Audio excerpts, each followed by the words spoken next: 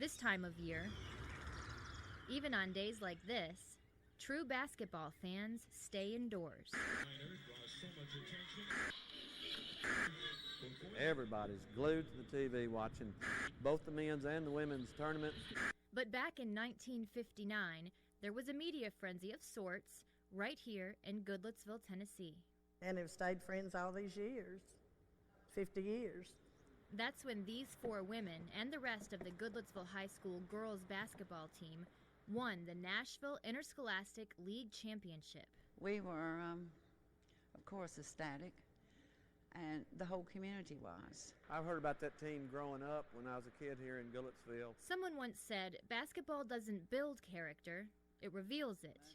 For these ladies, basketball revealed a lot more. The good memories, the friendship. Oh, yes, a lot of memories. It was very special. Great friends, and still friends. Of course, the game was a little different in those days. Well, when we played, there were 3 forwards on one end and 3 guards on the other end. I don't think I could play today like they play full court. At the time, it was also the only sport offered to these girls. I think we probably had 2 on the team that we could have played in college real easy.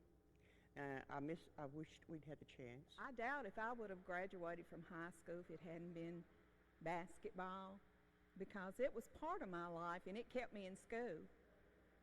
It did.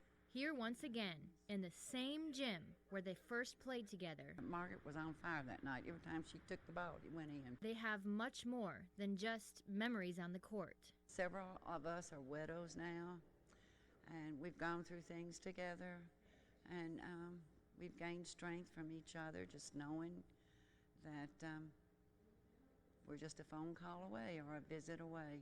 And at the end of those phone calls and visits, what they always say to each other is as natural as goodbye. We love you. I love you.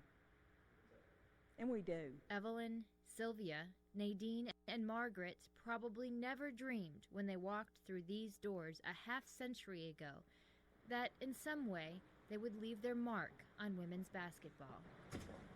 In Goodlettsville, Teresa Weekly, News 2. Going through my head was, get me out of here, boy. George McIntyre, or Coach Mac, is widely known as the former head football coach of the Vanderbilt Commodores. I think we're just going to run the ball. But today, like so many others here, he is a flood survivor. I was a little nervous. Matt, his son, and a new friend saved him from the rising floodwaters. I said, well, my dad can't go upstairs. He's in a hospital bed. Coach Mack suffers from multiple sclerosis and was trapped in his condo on May 2nd in Nashville's River Plantation development. It took me about 2 hours to get from Green Hills to Bellevue. So I went and saw my dad, and he was sitting there, and the lights were out, and he was sitting in his bed, and the water's almost over his bed. He's sitting there, and he looked at me with this big smile that he always does. He's like, I knew you'd come get me. I figured he would save me. And I was like, okay, now I got to get you out. But with water 5 feet high and rising, Matt couldn't get him out alone, so he looked for help. And I said, I need help. Excuse me, I can't do this. And so I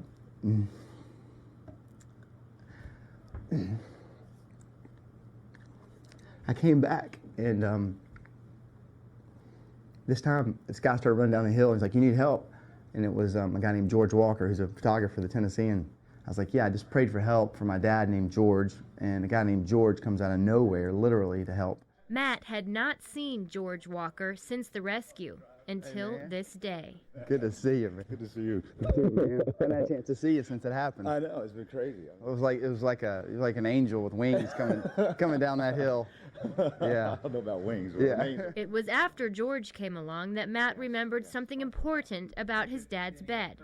It was an air mattress. Yeah, just like right out here, through here, out the front door. There's no way I got him out without you. Coach Mack used to tell his son a story about brothers. Another little boy who was carrying his brother, and they were telling him, let us, I know he's heavy, let us carry him. The little boy looked at him and said, he's not heavy, he's my brother. A story Matt will never forget. He was heavy, pulling him up that hill, but, I made a comment to him that, you're not heavy. And he knew exactly what I meant, and he's my dad.